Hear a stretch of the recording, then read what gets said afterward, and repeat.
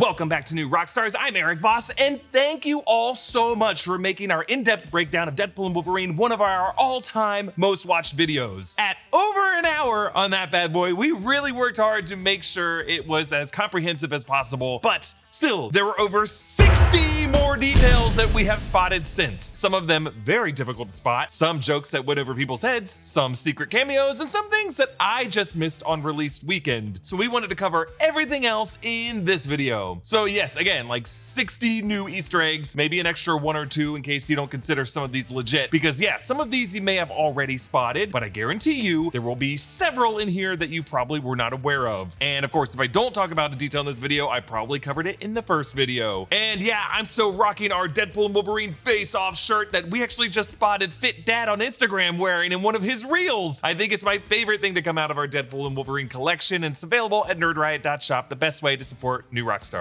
Okay, detail number one. The I Like Me mug sits beside Logan's grave early in the film. This belongs to Ralph, the TVA agent played by James Dryden, but what I missed about it is that it's actually the first of many references in this film to planes, trains, and automobiles. I like me.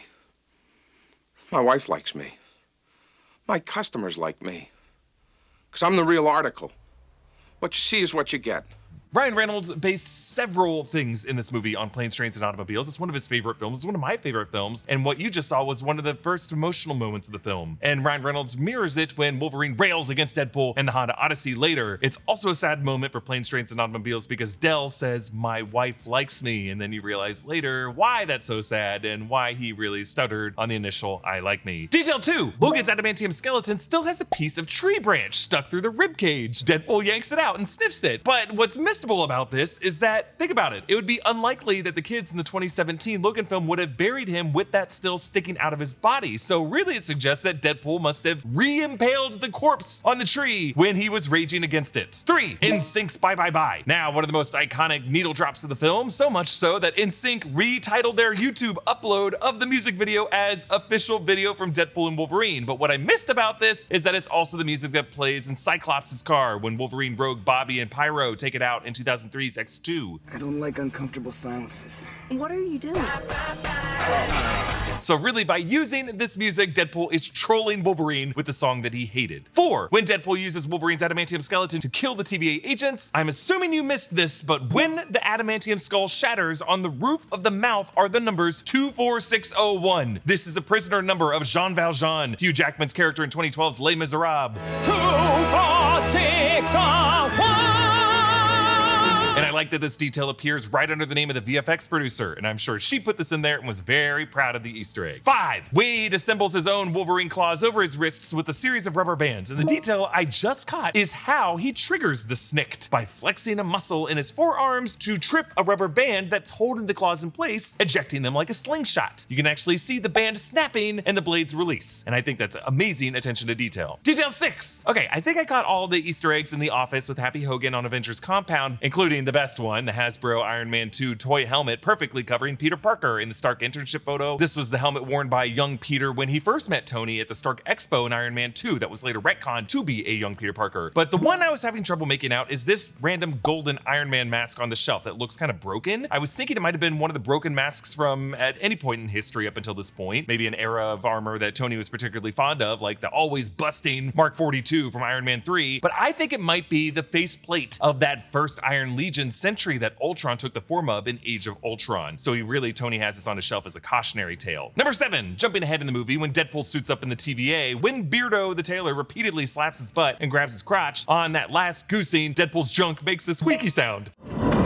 Number 8, Deadpool calls Paradox's TemPad an Amazon Fire Phone. There is a recurring belief in movies nowadays where if characters have phones other than an iPhone, it could be a clue that they are secretly the villain, because this belief came from Rian Johnson for Knives Out, who said that Apple would only let him show an iPhone on screen if it was used by a non-villainous character. But ever since 2017, we have seen plenty of examples of villainous characters using iPhones, including anything on Apple TV Plus, in which the only phones in those universes are iPhones. Ted Lasso, Severance, all kinds of assholes in those shows use iPhones. But in this case, it does end up being true for Paradox, even though that is a TemPad, not an Amazon Fire Phone. Number 9, on various screens in the TVA, up in the corner, the Cantina creative team actually added the TVA company flourishes, like you can see the slogan for all time always. Just a nice little detail that I like. Number 10, I actually should have caught this one, but when the lead TVA hunter insults Deadpool's Canadian origin, Deadpool kills him and says, "Get my country's name out your mouth," which of course is a reference to Will Smith yelling that at Chris Rock before slapping him at the Oscars. Keep my wife's name out your mouth! To me, that was just a pretty funny joke that I thought everyone got, but you know, when I didn't include it in the breakdown, you all yelled at me. Number 11, when Deadpool encounters a John Byrne Wolverine and Hulk appears in the reflection of the claws, like the comic cover. I actually didn't hear this before, but Deadpool actually says, "I'm Marvel Jesus, you dull creature, and I will not be," and then Hulk throws him into the tree roots. But what Deadpool's actually saying is a reference to what Loki said to Hulk in the 2012 Avengers film. I am a god, you dull creature, and I will not be bullied by that. Number 12, I missed this as well, but when Deadpool finds the Cavalrine, Henry Cavill snicks his claws in a similar gesture to the iconic Mission Impossible Fallout arm reload move, where Cavill made the breast pocket magically appear because he's that strong. Number 13, in the void, I saw this, but I couldn't place it initially, and I'm kicking myself for not including it in the breakdown, but beside Thor's old school helmet is a version of Captain America's shield. This is actually Steve Rogers' Hydra Agent shield from the 2016 run. I'm assuming you were all aware of this, and I'm sorry I'm so far behind. Okay, number 14, one of the ships in the background I thought might have been the Santa Maria, but it is actually the Mary Celeste, which is a Canadian-built, American-registered merchant vessel found adrift and deserted in the Atlantic Ocean off the Azorian Islands in 1872, and there have been lots of interesting theories around it. Since Ryan Reynolds put the Canadarm and Toronto's CN Tower in the void, it makes sense that he would put another Canada reference like this. Okay, number 15, the robotic foot that Wolverine and Deadpool used to escape Cassandra's compound, I mistakenly identified as a foot thruster from Obadiah Stane's Ironmonger suit from the first Iron Man film, but no, it is actually the foot of a Sentinel robot from the 1973 era in X-Men Days of Future Past. You can actually see its purple color more clearly because it is the piece of metal that gets attracted to that super magnet when the gang captures Wolverine and Deadpool earlier. But the cool detail about this is the fact that the Sentinel foot was not in the compound before. It's like a new piece of technology they've come upon, and it is Wolverine's unique history with this in an erased part of the timeline that made him smartly capable enough to use it to escape before the rest of the gang of X-Men from different parts of the timeline of pruned universes could figure out what the hell this is. Number 16, there are a few members of Cassandra Nova's gang that I did not point out before or failed to identify the correct actor. So the gatekeeper is actually Blob, Fred Dukes, played here by Mike Waters, who was played by Kevin Durand in X-Men Origins of Wolverine. Number 17, Juggernaut is played by Aaron W. Reed, the bodybuilder who did the performance as the dude in Free Guy, the past film from Ryan Reynolds and Sean Levy. Number 18, Toad in this movie is not played by Ray Park, but actor Danny Ramos, but they did dress him up and have his powers work similarly to the Ray Park version of the character. Number 19, another member of the gang that I did not identify before was actually Arclight Philippa Sontag. That's the one with the shorter hair and the high collar. This is a mutant that has the ability to create shockwaves. The character was played by Jessica Walker in this movie and was played by Omaira Mota in 2006's X-Men The Last Stand. Number 20, a little correction here, Callisto in this movie is not played by Dania Ramirez from 2006's X-Men The Last Stand. This actor is Chloe Kibble. I should have known just by looking at her that that wasn't Dania Ramirez. Number 21, Lady Deathstrike in this movie is not played by Kelly Hu from 2003's X2. This is actually stunt actor Jade Lai, who was a stunt double for Sasha Kaye in 2023's The Flash. Number 22, when Cassandra Nova rips off Johnny Storm's flesh, his tissue-covered skeleton actually blinks twice before he crumbles into a pile of bloody bones, which means that he was still somewhat alive for just a moment after the skin was ripped off his body. Ugh. Number 23, after Cassandra Nova invades Deadpool's mind, Deadpool shouts, "Where in God's name is the intimacy coordinator?" So an intimacy coordinator is a relatively new position on Hollywood sets to ensure that all cast and crew are comfortable and protected when sexual scenes are being shot. But this is actually one of many inside jokes throughout this movie about the film industry that I only realized later really spoke more to audiences who work more in production and show business than general audiences. Other examples include Death by Day Player, even a shout out to Cafe Gratitude. In my opinion, this type of humor was dialed up for this third Deadpool movie. There were pop culture references in the first two Deadpool movies, but not specific references to the way the industry and movie sets work. And I think all of these jokes were holdovers from Ryan Reynolds' original plan. Before they decided to make the setting of the second act The Void from the TVA in the Loki series, I think Ryan Reynolds and Sean Levy originally wanted this to be development hell, like a manifested hell for forgotten and never launched movie franchises, and that it was really Kevin Feige who convinced them to just turn that into The Void, which is a similar thing in concept. But that's why The Void in this movie has such a meta quality to it, and the 20th Century Fox logo gets pruned to The Void. That's not how The Void droid works in the Loki series. It just seems to be a bit different in this movie, right? So I think that is why Channing Tatum's Remy LeBeau was born here. And this dump being a version of Hell is actually supported by Sean Levy and Ryan Reynolds, confirming that they considered Mephisto to be the lord of this realm. What was the name of the villain that we flirted with? Was it Mephisto? Mephisto? Yeah. Oh, that's who it was. Yeah. Yeah, we went through a lot of almost versions of this story. We've partnered with Geology to bring you the best skincare products we've ever used and to bring us the best skincare products we've ever used. It's a win-win for your skin and our skin. Geology's products use just a handful of powerful, proven ingredients that have been trusted by dermatologists for decades, which is probably why Geology is a 32-time award-winning skin, hair, and body care company recognized in Men's Health, Oprah Daily, Hypebeast, Birdie, Esquire, and GQ. Geology can help you fight acne, reduce oilness, prevent wrinkles, combat dark or puffy under eyes, have smoother hydrated skin, and target signs of aging. And if you don't know where to start, Geology can create a simple and effective skincare or hair care routine for you. All you gotta do is take a quick 30-second quiz. And right now, Geology is giving our audience a $50 1-month skincare sample set for free. All you gotta do is pay for shipping. And if you decide to add anything on, you'll get 50% off that add-on. So what are you waiting for? Use code NewRockstars100 and grab 100% off your personalized skincare trial set, plus an additional 50% off on add-ons. Just click the link in the description or go to geolog.ie/rockstars100 to get started. Okay, moving on to number 24. There is a large crashed structure after they escape the compound that many are saying looks like the Red Room base that was floating above the surface in the Black Widow film. Number 25. Wolverine and Deadpool pass a wrecked Chrysler with a luggage trunk in front of it. This is the car that Steve Martin and John Candy drive in Planes, Trains, and Automobiles, and that trunk is the one that Dell carried around that contains his shower curtains, and not the corpse of his wife, as I once speculated in a really awful theory. Number 26, they meet Nice Pool, who's also played by Ryan Reynolds, but in the credits, he is credited as Gordon Reynolds, which comes from a sketch that Ryan Reynolds uploaded in 2021, where Ryan was interviewed by a twin brother named Gordon Reynolds. 27, when Deadpool and Wolverine drive in the Honda Odyssey, they listen to Avril Lavigne's I'm With You, which I think is a joke because it also sounds like she's singing I'm with Hugh,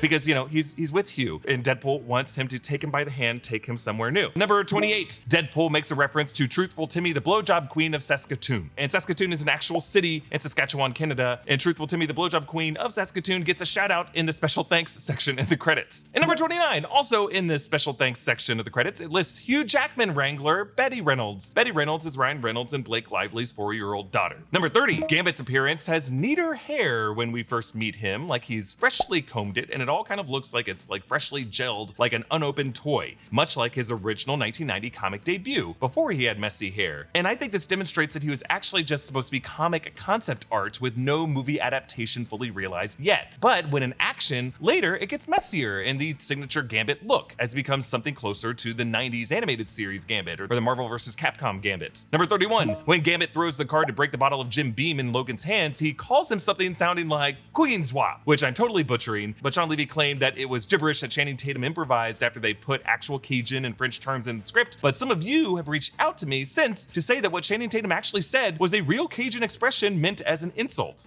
So credit where credit's due to Channing Tatum. Number 32, when the Resistance approaches Cassandra's compound, Blade aims this RPG, which they said belonged to a Punisher. And Deadpool's like, which Punisher? There were 5 of them. But it actually probably belonged to the late Ray Stevenson Punisher from the 2008 Punisher film, as he was the Punisher with that kind of heavy artillery arsenal. Number 33, Cassandra says a version of Doctor Strange came through the void, and that's where she got the sling ring with the red reality stone and the green time stone on the sides. But also, if you look closely, draped over her lounge chair is Doctor Strange's red cloak of levitation. I totally missed that. Number 34, once Cassandra escapes the void and has Paradox in her grasp, we get to see what I think is this film's best visual effect as she moves her fingers under his skin and even behind his eyeballs. She says that she plans to destroy one universe and the next, and the next, and the next, and that with every next, she pops one finger out at a time through his face. And not only is this exactly how Cassandra's powers look in the comics, I just noticed her numbering the universes like this through his skin, making each one feel even more awkward for him. But then after she pulls her hand out of his head, she wipes off her hand and makes this comment about how messed up his mind was, which is such an interesting detail because it suggests that there is far more to Paradox than we realize. Like, how many universes are in his head? Could he be working for some version of Kang? Or now, with where the MCU is going, could he have been working with a version of God Emperor Doom? Number 35, 55, in B-15's office, there is a black and white photo of the lobby of the TVA with the elevator that Mobius initially took the prisoner Loki down in back in the very first episode of the series. They actually shot this in the lobby of the Hotel Marriott in Atlanta. Number 36, one of the craziest new details that I spotted in this specific scene in B-15's office. There's that TVA agent with the mustache who notifies B-15 about Paradox's actions. He's the one who brought Paradox's sandwich earlier, passes another TVA agent who is bald and has a beard. We actually saw this same guy earlier in the film in the locker room at Drive Max with Wade and Peter. That guy looking in the mirror was a TVA agent who was totally eavesdropping on their conversation. We know the surveyors by the metro station were TVA agents who were spying on Wade, but this confirms that the TVA also had agents implanted at Wade's job, spying on him there as well. Number 37, the Deadpool with the Welsh suit I said was a reference to Welcome to Wrexham, obviously because Ryan Reynolds and Rob McElhenney co-own Wrexham AFC. But these colors in this dragon is for the entirety of Wales, not just the town of Wrexham. And this character is named Welshpool, which is its own joke because Welshpool is the name of an actual town in Wales. Which brings us to number 38. I also should have caught this from the credits, but Welshpool is played by Paul Mullen, star player of Wrexham AFC. Wrexham striker Ollie Palmer also cameoed at the bar earlier, and I had speculated before this movie came out that Mullen should cameo in this movie, and I'm so glad that he did. Number 39, another one of the Deadpool horde is Harold Poole, who is a cameo by Tom Holland's brother, Harry Holland. He appeared in a deleted scene in Spider-Man No Way Home as a thief whom Peter Parker catches before someone throws paint on him. Number 40, another cameo here was Canada Poole, played by Alex Kishkovich, who's Ryan Reynolds' longtime stunt double as Deadpool. This is the darker suited Deadpool with a Canadian flag on his chest. Also number 41, Zen Poole, who I also pointed out before, is actually played by Kevin Fortin, the stunt previs coordinator who worked on the Atom Project before working on this movie. And I gotta tell you, these stunt previs coordinators are some of the most unsung heroes of all these Marvel films. They're the ones who really conceive and choreograph these great action sequences. Number 42, we know Kid Pool was played by Inez Reynolds, Ryan and Blake's daughter, but there was also a credited screaming mutant to James Reynolds, who is Ryan and Blake's oldest child. Number 43, here we get to a few more Deadpools that we can identify just from their appearance. We don't know who plays them, but there is Fool Pool, who is a Deadpool with a jester hat, who you can see in the background there. Not far from Fool Pool is number 44, King Pool, a Deadpool wearing a king's crown and wearing a furred cape that I would say is from the Georgian era of the Hanover dynasty, like King George III's costume from Hamilton, but he has a different crown. Number 45, there is a Santa Pool, a Deadpool wearing a Santa Claus suit, if you look in the distant background. Number 46, another holiday theme, a Cupid Pool, a Valentine's Day Deadpool with a Cupid or maybe angel wings and a Cupid's arrow sticking through his head. Number 47, there's what I'm calling Sherlock Pool, or No Shit Pool, maybe, a Deadpool wearing a deer stalker hat, much like Sherlock Holmes. Now, number 48, when the Deadpool horde shoots at Deadpool Prime, Wolverine and Nicepool gets fatally wounded, Deadpool suggests to take him across to that donut cart because he says all of these are like mobile healthcare units. But if you look at the storefront just to the right of Liefeld's footwear, arguably easier to get to, that place is called Eastside Pharmacy Medical Center. So Deadpool could have just as easily taken Nicepool in there and given him proper medical treatment. But obviously, he wanted him to die to take his Golden Desert Eagles. Number 49, when Wolverine puts on his iconic cowl, Hugh Jackman definitely lowers his voice like he's doing a gruff Batman voice.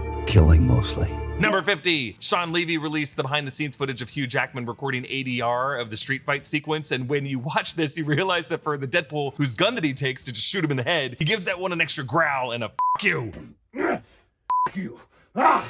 Number 51, on this street, you can see a storefront reading Clairvoyant, which I thought might be a reference to the clairvoyant shop of Lilia Calderu in the upcoming Agatha All Along series, but it also could be a reference to Clairvoyant, spelled differently, a character from the Black Widow comics. Number 52, there are actually so many great little details when you go beat by beat through this street fight. Early on, Deadpool empties the magazines of his Golden Desert Eagles, and then he just throws them, and then steals the katana from another Deadpool to use that from there forward. And I love that he really just wanted these Desert Eagles just for this opening foray, and after that he's like, you know what, didn't need them that much. Number 53, Deadpool catches the buzzing Headpool and then smashes Headpool against another Deadpool, and then Headpool's able to break free and then flies past the camera, and he looks a little dizzy from the matter. Number 54, when they go into the bus, the Deadpool variant in the driver's seat, for whatever reason being there, covers his eyes in fear before he gets killed. Number 55, the Stan Lee Steamers ad on the outside of the bus, which I pointed out before, actually has an additional little joke that I missed. It says Grime Fighters since 1922. 1922. And of course, 1922 is the year Stan Lee was born. Number 53, a little VFX mistake that they actually left in. After they leap out of the back of the bus, you can see how Deadpool's katana kind of clips through Wolverine's arm. And it's probably because the blade of the sword was CGI'd in later. That's what they always do with the blades of things. They just have the actor hold the hilt of the weapon because they don't want to have them accidentally nicking each other while they're waving it around. Number 57, I actually should have caught this one, and I'm kicking myself for missing it, but on the subway terminal, the only destination on the sign is Lone Pine Mall, which is the name of the mall at the end of Back to the Future that was originally the Twin Pines Mall before Marty went back in time and ran over one of Old Man Peabody's trees to warp the timeline and make it the Lone Pine Mall, along with Huey Lewis in the News, Power of Love, music during the montage, and then the family photo that Deadpool kept around. Back to the Future was definitely on Ryan Reynolds' mind. Number 58, a detail that I truly appreciated in the final minutes of this film. The only time Wolverine actually calls Deadpool Wade in the movie is during the sacrifice scene when he tries to get him to come back, because that is the moment he's connecting with him as a person. Number 59, this photo of Hugh Jackman shirtless in that final sequence was released recently, and we see there are signs on the catwalk that warn of risk of atomization. And I like that Paradox's group took the time to make these signs. Atomization is also what Thanos did to the Infinity Stones, worth noting. Number 60, this shot of Deadpool and Wolverine getting shawarma outside is an homage to the framing of Steve Martin and John Candy outside Edelin's Braidwood Inn and Planes, Trains, and Automobiles, according to Ryan Reynolds. And we'll give a bonus one, 61. In the post-credit scene, Gambit appears on one of the screens, still alive in the void. I missed this in my initial breakdown, but I did do a follow-up video exploring what I think is Gambit's fate. Okay, that's all the new stuff I spotted in Deadpool and Wolverine. Comment down below with your thoughts and anything that you spotted. Follow me at EA Voss. Subscribe to all 3 channels in the new Rockstars network for breakdowns and news coverage of everything you love. Thanks for watching, and I'll see you next time. Bye.